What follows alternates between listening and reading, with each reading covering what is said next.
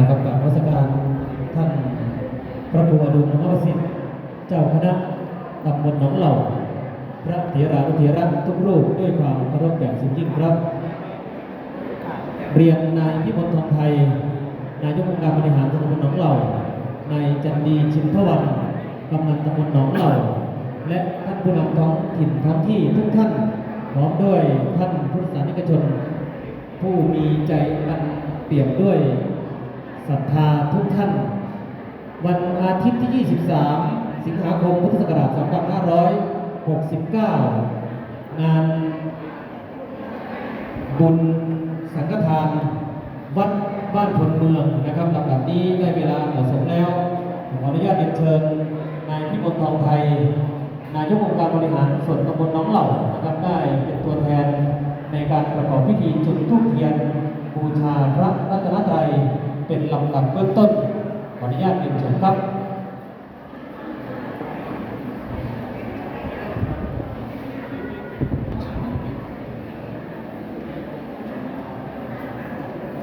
นะครับลำดับนี้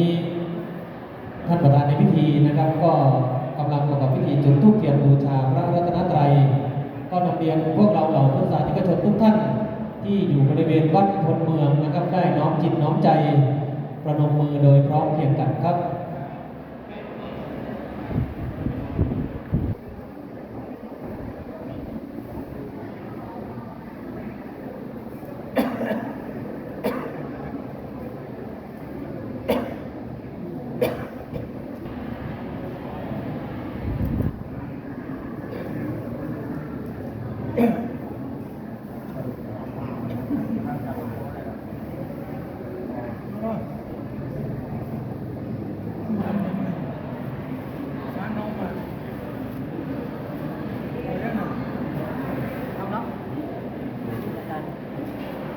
นั่นเลยว่า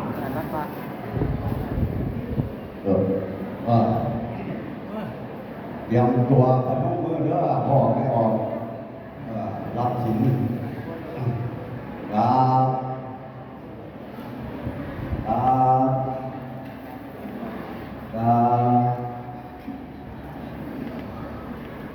อิมินาสัตตาเรนะบางพุทธังอภิปูชยามาอิมินาสัตตาเรนะบางธรรมังอภิปูชยามาอิมินาสัตตาเรนะบางธรรมังอภิปูชยา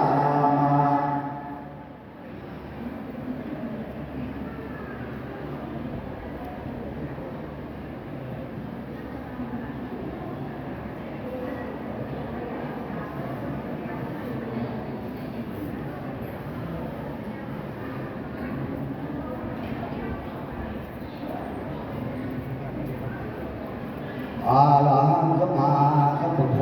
ภะคะวาอะภะคะวะตังอะภิวาเทมิวะหะโตภะคะวะตาธัมโมอะนะนัมสามิ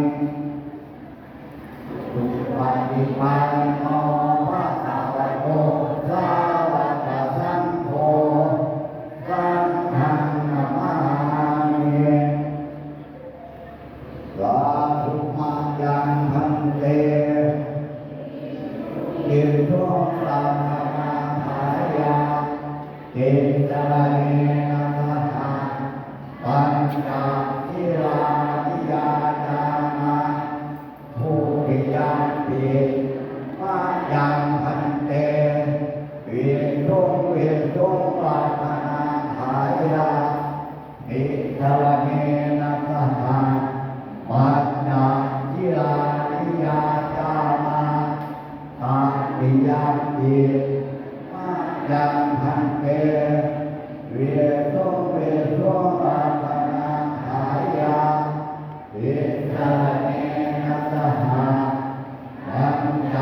ทิรานิยาจามาสาธุ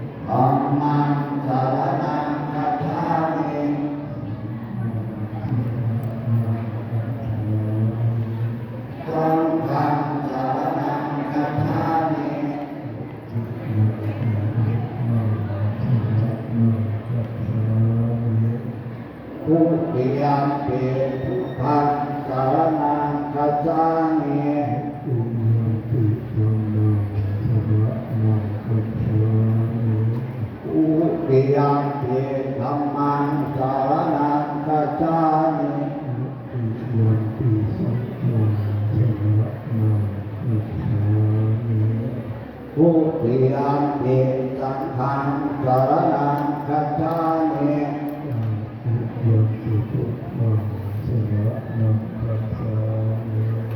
ปฏิยัมปิพุทธังสรณังคัจฉามิ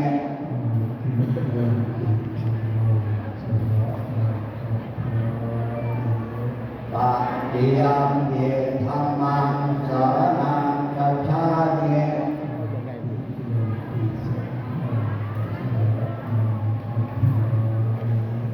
ปฏิยัมปิสังฆังสรณังคัจฉามิ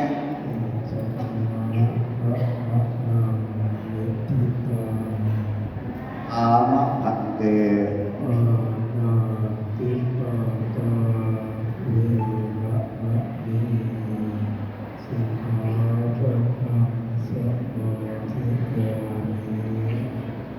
วานาติปาตาเวรมณีสิกขาปะทังสัมมาทิฏฐานิ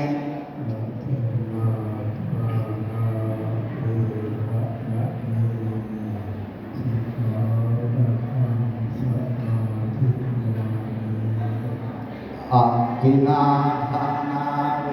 รมณีสิกขาปะทังสัมมาทิฏฐานิ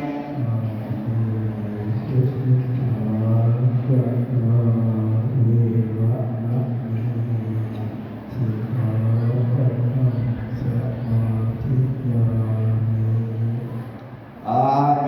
ตุเมธาจาราเวรมณีสิกขาปะทังสัมมาทิฏฐานิ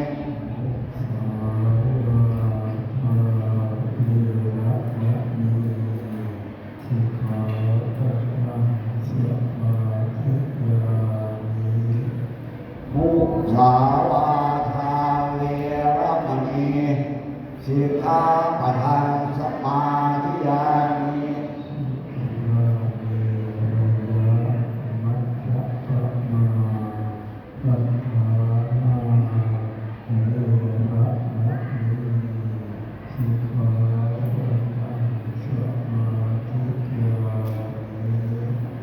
สุตาเม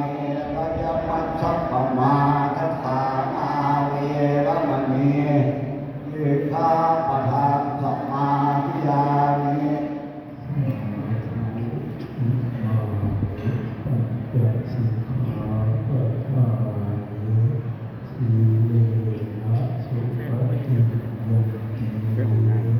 อาวุ ย่ำมันเป็นพิธีก่อนเป็น อาวุ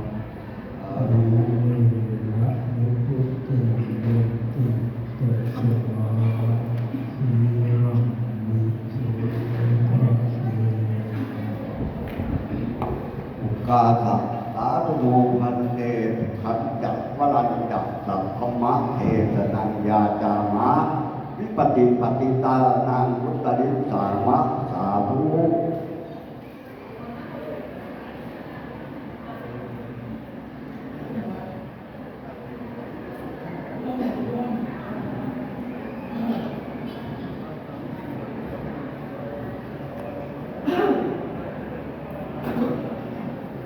สัมมาสัมพุทธัสสะนะโมตัสสะภะคะวะโตอะระหะโตสัมมาสัมพุทธัสสะนะโมตัสสะภะคะวะโตอะระหะโตสัมมาสัมพุทธัสสะอิติปิโสภะคะวะอะระหังสัมมาสัมพุท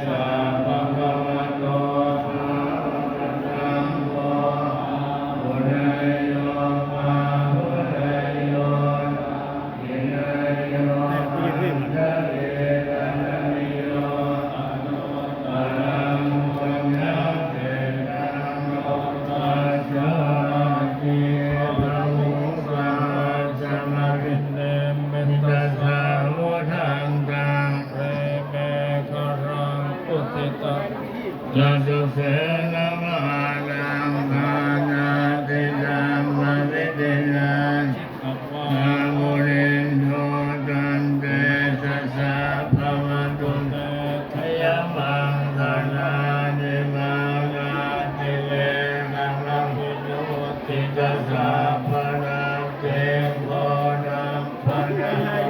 สัมมาสัมมานาจายะคังนิสุนันจานิมินาจิตตังอามุนิโกนังเตสัสสะภวะตุเตสัพพังภารานินาทิเมกัจจวนาปฏิปันตโมสังฆังอาทิยาสมัชเนมัสสุนานุนันตังตัมมุเส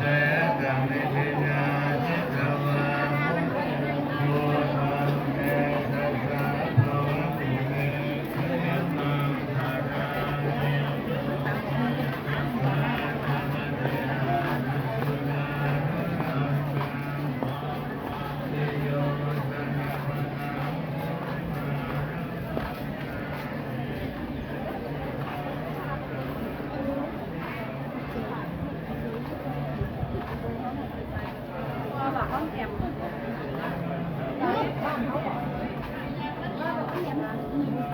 Joy cái nhịp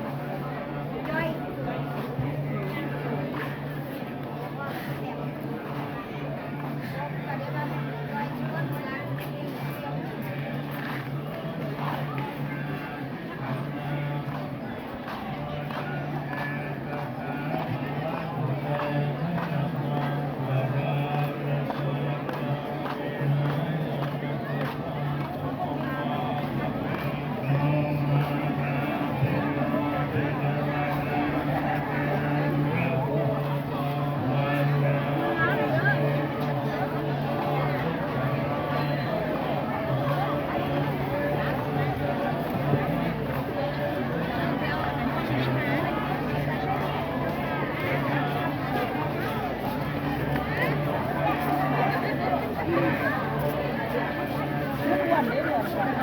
เอาไปเลยเดี๋ยวมาลูกเพราะว่ามันสินอนนี่สิเจ๊เขาเหมามาเจ๊ก็เบิดเดียวเลย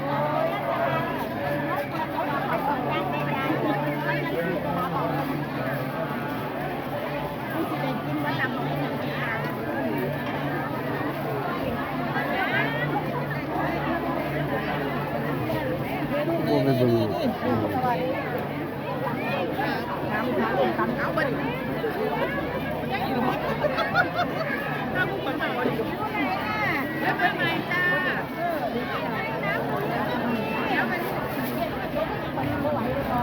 ดี๋ยวมันงานกัน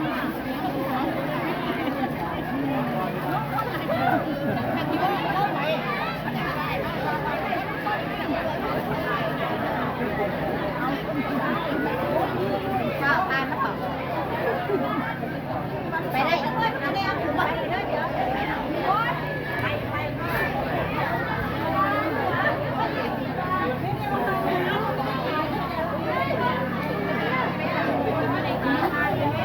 หันมาเนี่ยแม่ค้า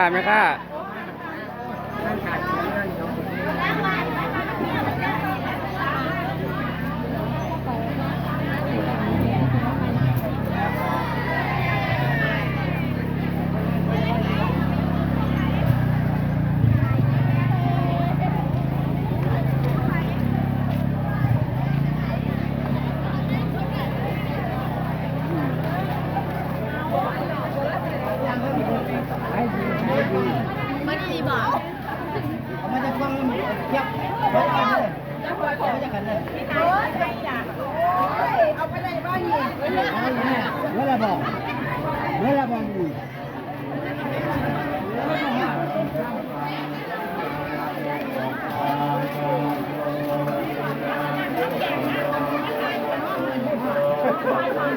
แล้วเรายังมากันอีกโอ้ย สิลังกายะธัมมังวาจาธัมมังสุขาภิโตหะนาคิกังบะโลกัมมังปะติเตเวรนาคินาภะราคินานิอัตตวานะวันตะเตปานาติเตปวัตตุสัพพมังภะวังนาอันตุสัพพะเทวตาสัพพะพุทธ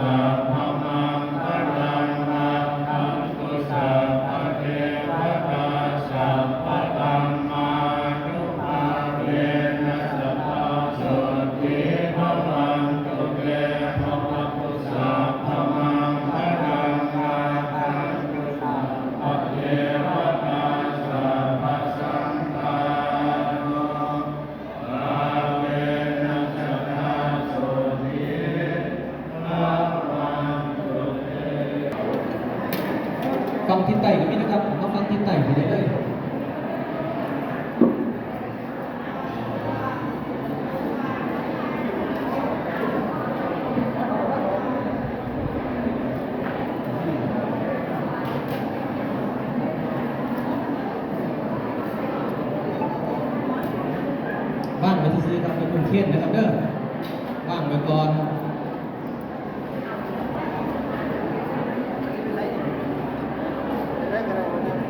มันมีมองว่างบอกมันมีว่างเลย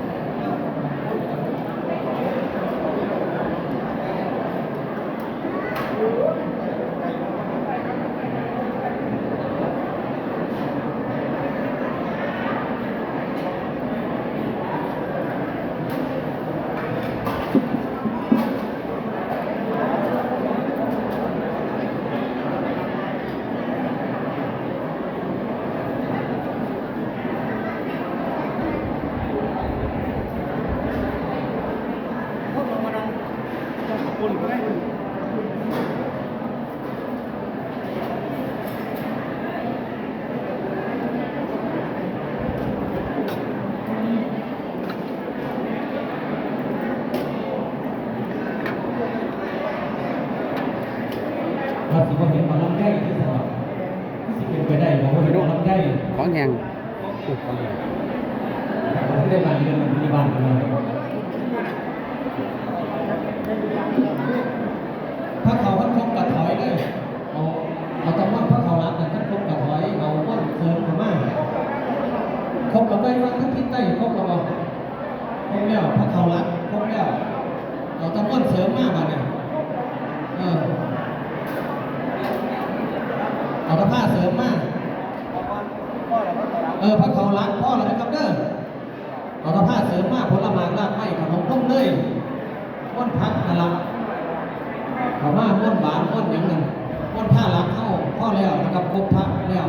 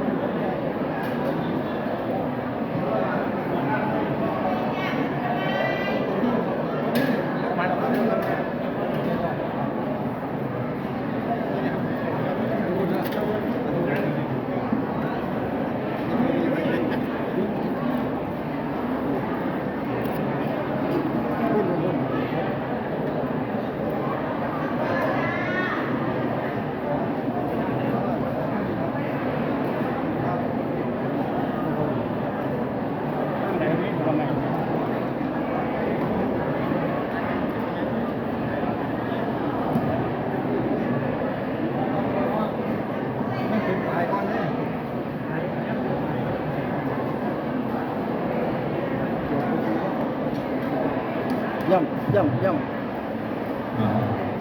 การสุขภาพการสุขภาพจากโลกผ่านการพูดงานว่าท่านจิตสดใสใจตั้งมั่นของพระศรัทธาต่อภาพใจดีเศรษฐีใจบุญลงทานทุกบ้านก็เอาไว้ว่าคนของเราคนของเราเป็นบ้านแรกทางผู้นำชุมชนนายกรองนายกกำนันพี่น้องมาจากทิศทั้งสี่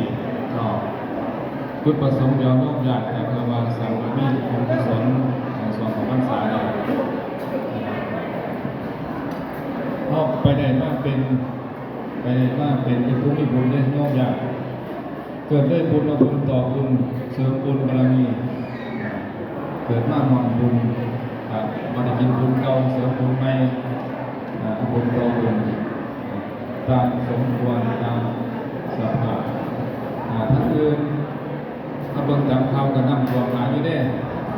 บ้านเข้ากับเสด็จพ่อเรานำติดการอยู่สมควรต่อพ่อเด้อสมควรพ่อ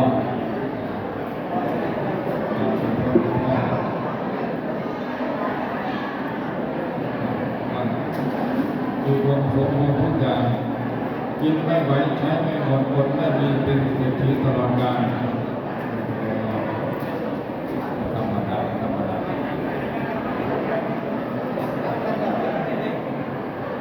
ถ้าสมควรแล้วแต่พ่อ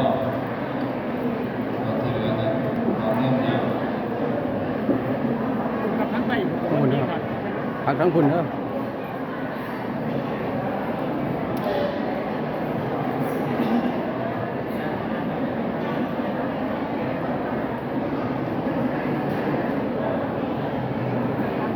พอระหว่างทั้งนี้ครบแล้วครับ นะครับทางสิครบทวนแล้วนะครับเนาะนะครับลำดับนี้ขออนุญาตเรียนเชิญนะครับท่านผู้มีเกียรตินะครับตัวแทนของเราทั้ง 29 ท่านนะครับจะขออนุญาตอ่านรายนามทีละชุดนะครับชุดแรก 8 ท่านนะครับประกอบไปด้วยนายพิมลทองไทยนายกองค์การบริหารส่วนตำบลหนองเหล่า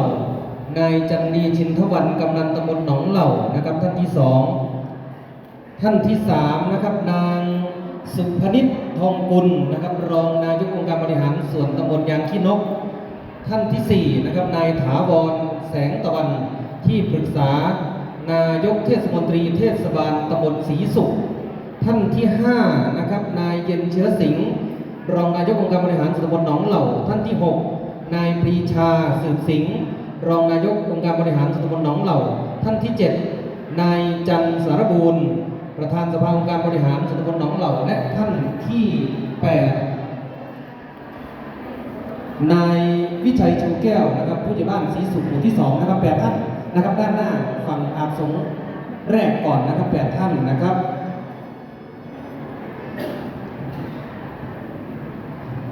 ชุดที่2นะครับ12ท่านนะครับอาสงทางด้านทิศเหนือนะครับประกอบไปด้วยนายมิตรนครทองไทยผู้ใหญ่บ้านภูขาดหมู่ที่2นายพีรพงษ์สร้อยมาศผู้ใหญ่บ้านหมู่6ลุกเลยนะครับลุกเลยเพื่อเป็นการไม่เสียเวลานะครับท่านที่3นายแสงอรุณชินทวันผู้ใหญ่บ้านหมู่7ท่านที่4นายปรีดามุขคำนะครับผู้ใหญ่บ้านหมู่ที่8ท่านที่5นายจันศรีบุญยิ่งผู้ใหญ่บ้านหมู่ที่9ท่านที่6นะครับนายบุญมีภารการผู้ใหญ่บ้านหมู่ที่10ท่านต่อไปนะครับนายฟองสืบสิงห์ผู้ใหญ่บ้านหมู่ที่11นะครับต่อไปนางสมพรภารการรองประธานสภาองค์การบริหารตำบลหนองเหล่าท่านต่อไปนะครับนางอนุรักษ์ชินทวันสมาชิกองค์การบริหารตำบลหนองเหล่าหมู่ที่11ท่านต่อไปนะครับนาย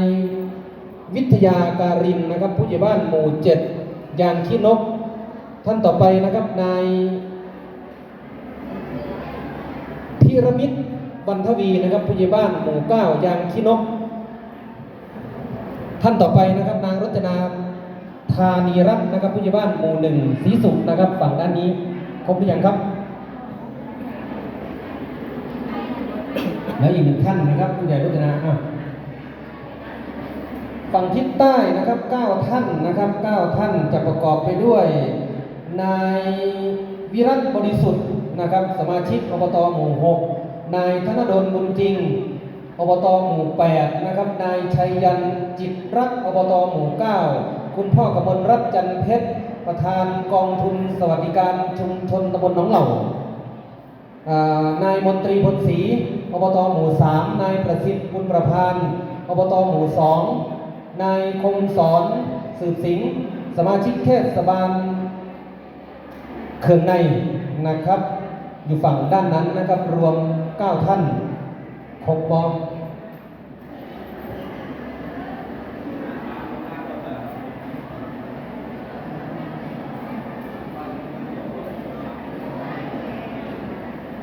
เอาเล่นอบต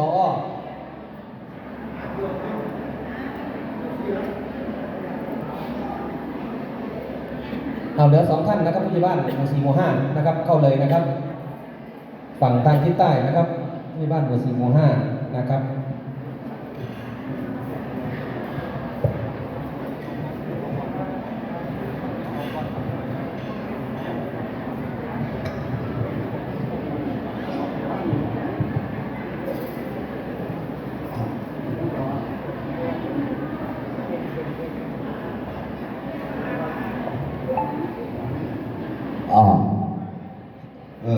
คือ จะพร้อมกันแล้วเนาะบัดนี้เนาะตั้งมุกตั้งไงล่ะพ่อแม่ออกนะโมตัสสะภะคะวะโตอะระหะโตสัมมาสัมพุทธัสสะนะโมตัสสะภะคะวะโตอะระหะโตสัมมาสัมพุทธัสสะนะโมตัสสะภะคะวะโตอะระหะโตสัมมาสัมพุทธัสสะสุทินังวัฏเมธานังอาสาวัคขายะวหังโหตุทุติยปีสุทินัง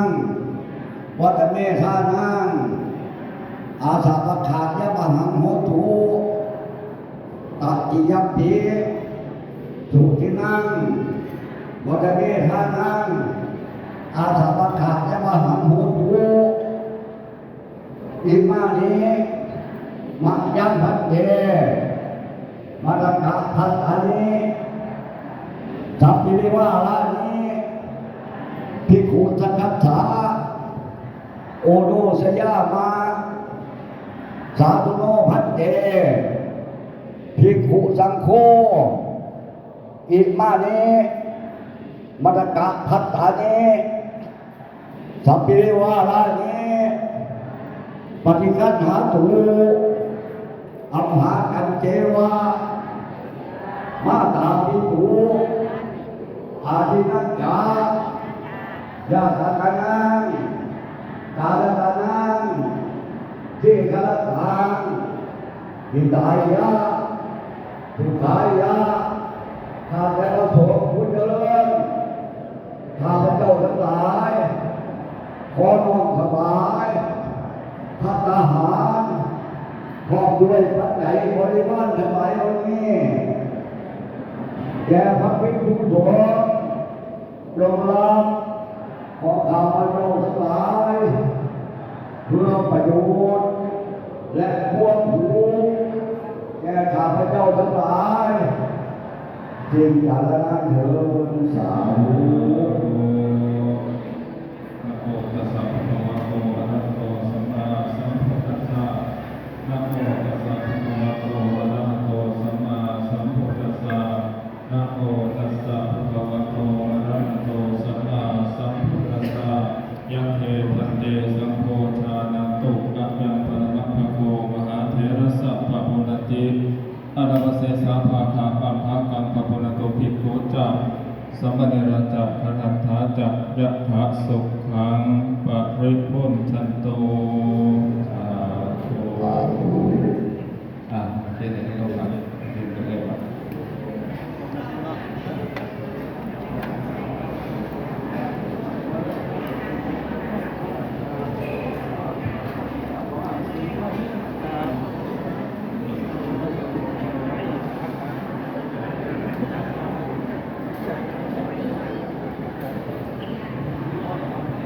นะครับประเคนเสร็จกับที่นั่งตามเดิมได้เลยนะครับที่นั่งตามก็ยังใส่ได้เรื่องเห็นคุณยายบ้านน้องใหญ่มาขอกราบประทานอภัยนะครับ ท่านผู้ใหญ่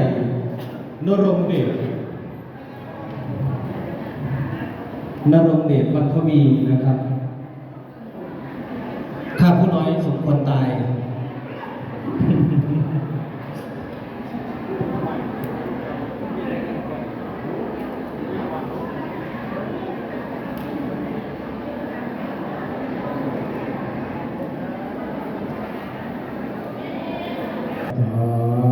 วาริวหาปุราปาริปุเรนติสาภะรังเอวะเมวะอิโตทินังเปตานังอุปกัปปติอิปิตังปฏิตังตุมหังอุปเมวะสัมสตุสัพเพปุเรนตุสังกปายันโทปนะระโสยะหานิโยติระโสยะ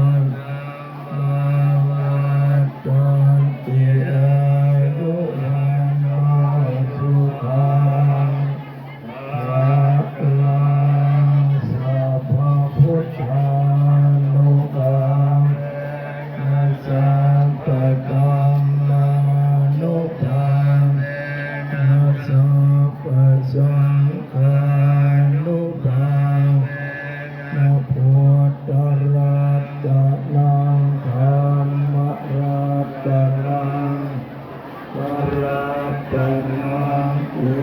นังรัตนานังอานุเอนะจตุราติติจังสัมมานัตถิตังกายานุภาเวนัตถินัสสาวกานุภาเวนัสสะเพ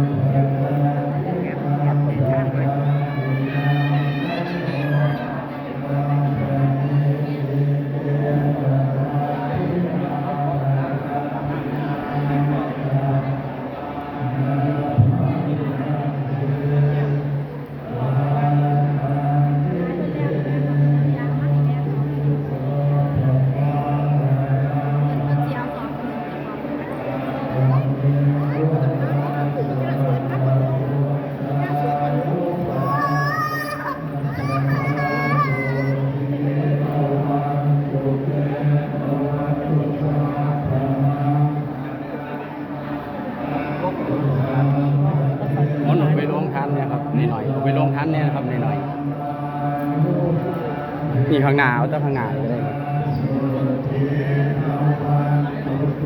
ย่างเร็วเลย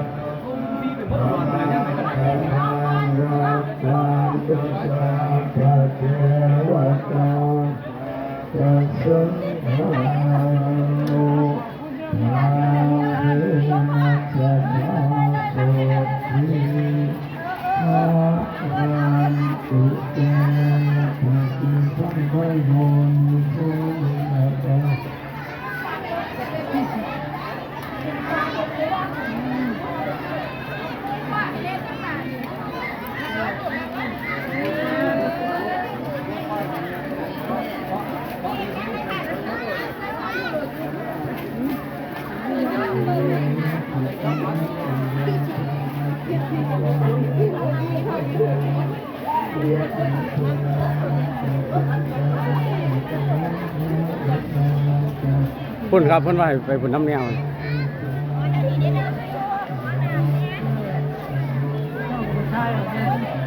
ครับ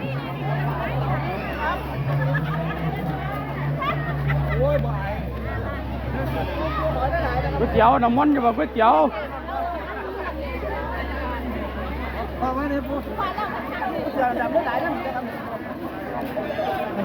ไปก๋วยเตี๋ยวไงเนี่ยครับนั่นครับก๋วยเตี๋ยวพญากองยายมนไปใช่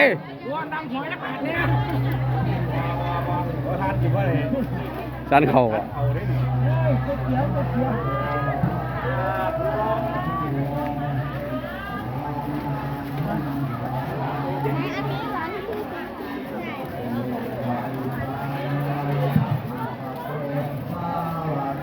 ตำกล้วย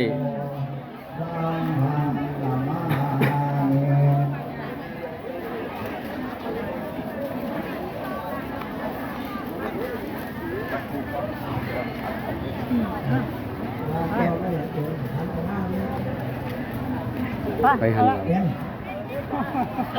หันหน้านี้ไม่ได้ พันธาธานิมายังพันเตอาปุตตามาพาหุกิจจามา